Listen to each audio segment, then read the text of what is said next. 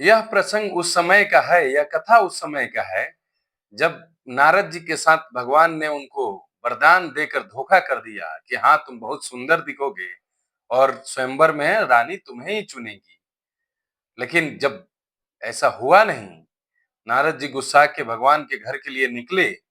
भगवान रास्ते में ही जब उसी राजकुमारी लक्ष्मी जी के साथ दिख गए, नारद जी और क्रोधित हुए और नारद जी भगवान को खरी खोटी सुना रहे हैं। यह कह रहे हैं कि तुम दूसरे किसी का भला नहीं देख सकते, बहुत कपटी हो, तुम्हारे ऊपर तो कोई है नहीं, स्वतंत्र हो, भले को बुरा कर देते हो, बुरे वाले का भला कर देते हो, जो मन करता है वही करते हो, तुम हमेशा से ऐसे ही कपट करते आए हो।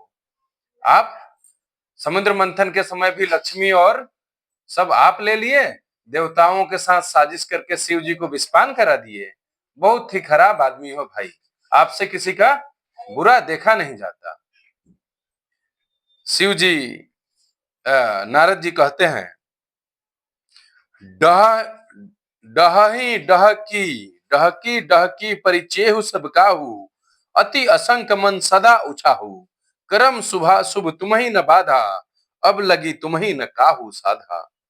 सबको ठग ठग ठग कर परख गए हो, सबको बार बार ठग कर परीख गए हो, जो कहा जाता है हिंदी में, और बहुत ही निडर हो गए हो, मन बढ़ुआ हो गए हो।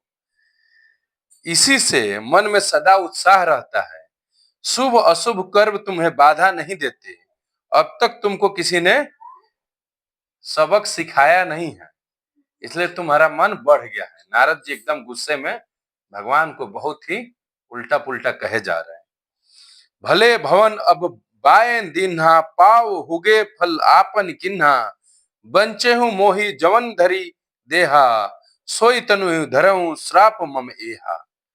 नारद जी कहते हैं, अब कि तुमने अच्छे घर बना दिया है, तुमने इस बार अच्छा घर में बहना दिया है, पंगा अच्छे घर से लिया है। नारद जी अपने को पेश कर रहे हैं कहकर भगवान से, अतः अपने किए का फल अवश्य पाओगे।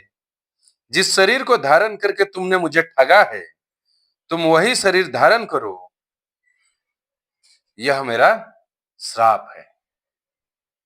आपको कथा समझ में आ रही होगी कि कैसे भगवान को राम का अवतार लेना पड़ा। ये कहां से कथा